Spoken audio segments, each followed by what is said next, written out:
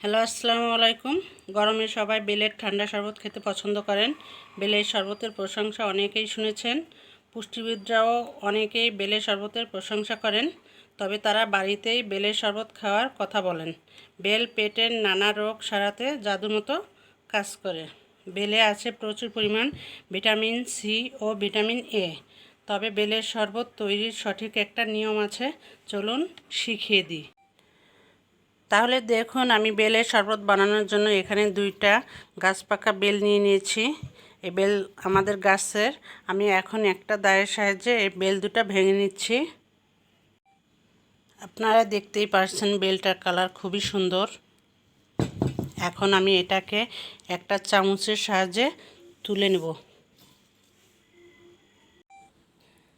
আমি এখানে বেলের আঁশ এবং বিচি সহ তুলে নিচ্ছি।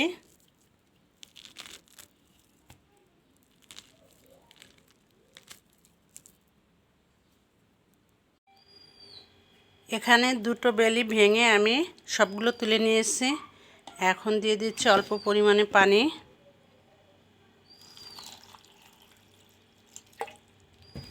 এখন আমি হাত দিয়ে এটাকে মাখিয়ে আঁশগুলো ছাড়িয়ে নেব। এভাবে মুঠের ভিতর নিয়ে হালকা হালকা চাপ দিয়ে বিচি এবং আঁশটা ফেলে দেব। বেলটা গুলিয়ে নেওয়া হয়ে গেছে। এখন আমি একটা চালনির সাহায্যে এটা চেলে নেব।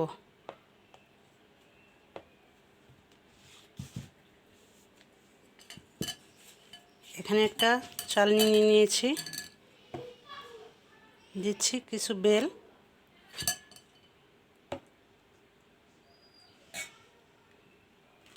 এখন এটাকে আমি চেলে নেব। আমি এটাকে নেড়ে চেড়ে চেলে নেব। এটা চেলে নেওয়ার কারণে এখানে কোনো আঁশ এবং বিচি কিছুই থাকবে না। সবটুকু বেল চেলে নেওয়া হয়ে গেছে। এখন আমি দিয়ে দেব চিনি। চিনি পরিমাণটা বলতেছি না, কারণ কেউ চিনি কম খায়, কেউ বেশি খায়।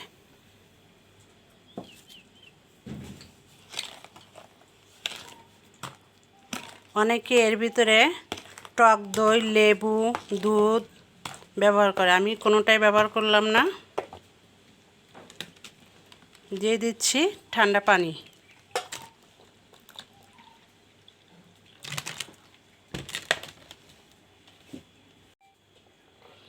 এটা চিনি এবং ঠান্ডা পানি দিয়ে সুন্দর করে গুলিয়ে নিতে হবে।